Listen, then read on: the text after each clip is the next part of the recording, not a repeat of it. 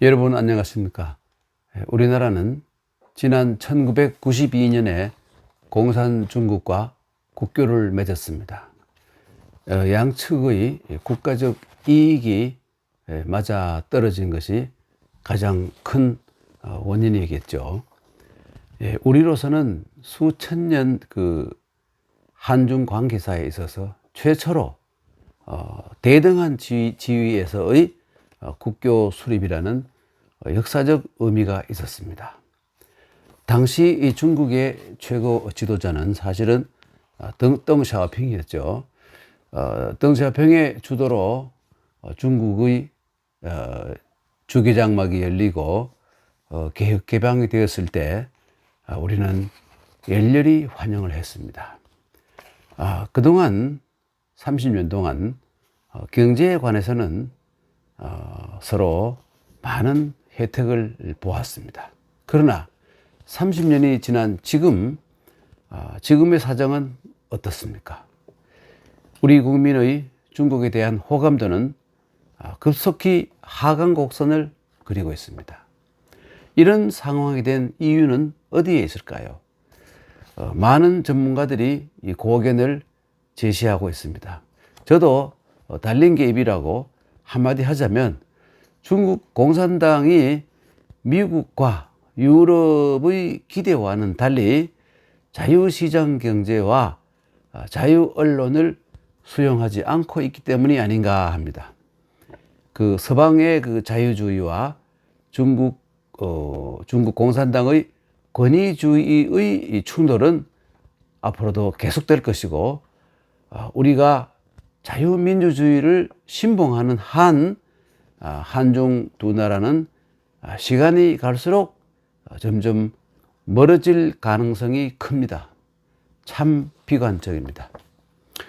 하여간 이 한중 수교가 30년이 되었고, 언론에서는 공자의 32립, 이립이라는 거 있죠. 이자에다가 립, 이립, 32립.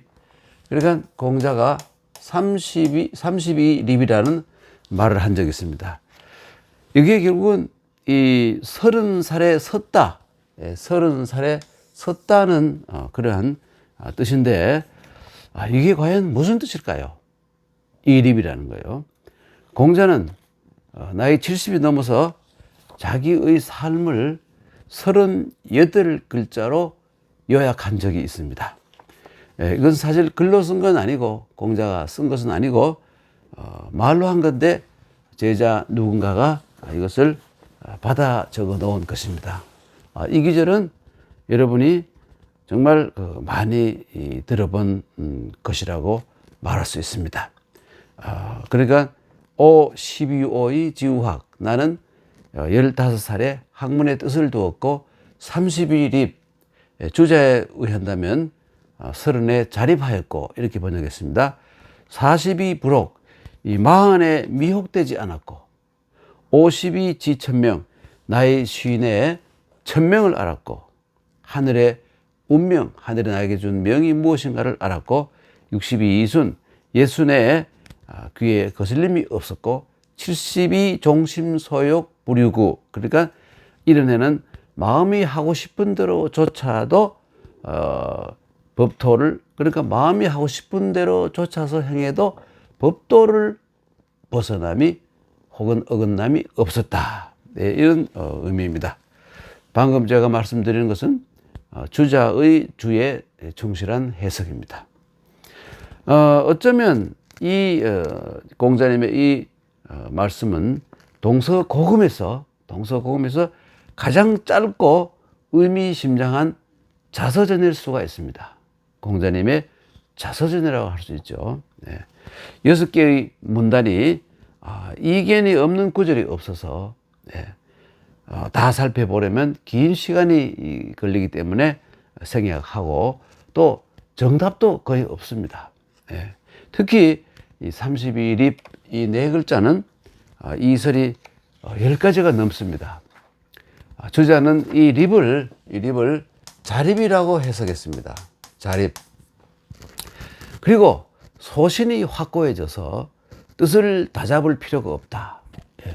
이렇게 말했는데 도대체 무슨 뜻인지 석연치 않습니다. 예. 그런데 그래서 이 후세의 많은 학자들이 그 이립 32립에 대해서 많은 새로운 연구를 통해서 학설을 주장했는데 그 가운데서 청대의 학자인 전점이라는 사람이 있습니다. 전자 돈전자에다가 흑토변에 이 점자한 전점이라는 사람, 이 사람이 부질의 무의립이야. 그러니까 얘를 모르면 설 수가 없다. 예. 이 말에 그 선다는 건 이때는 입신할 수 없다. 얘를 모르면 입신할 수가 없다. 이것과 이 바로 이 말이 부질의 무의립이라는 말은 공자의 말인데 논어에 있는 이것과 같은 맥락에서 봐야 된다 하는 봐야 된다는 주장과 이를 이은 이 송상봉이라는 또 학자가 있었는데 날 상자에다가 봉복세봉자입니다. 송상봉이라는 조금 이 전점보다는 조금 뒤시대의 사람이에요. 거의 동시대 사람인데 이분이 이 립이라는 것은 바로 이버 예야 예에 서는 것이다. 이렇게 해석을 했는데 그 이후에 현대의 가장 뛰어난 문법학자이자 경학자인 양수달 혹은 그 조카인 양백준 이런 분들도 거의 이 해석을 지지했습니다. 그러니까 뒤에 보면 공자가 이런 말을 했었죠. 흥어시 이벌의 성어락. 그러니까 시로서 분발을 하고 그다음에 예로서 굳게 서고 이게 바로 리버리에죠. 그리고 성어악. 그러니까 음악으로 완성한다. 공부의 순서가 그렇다 하는 것이죠.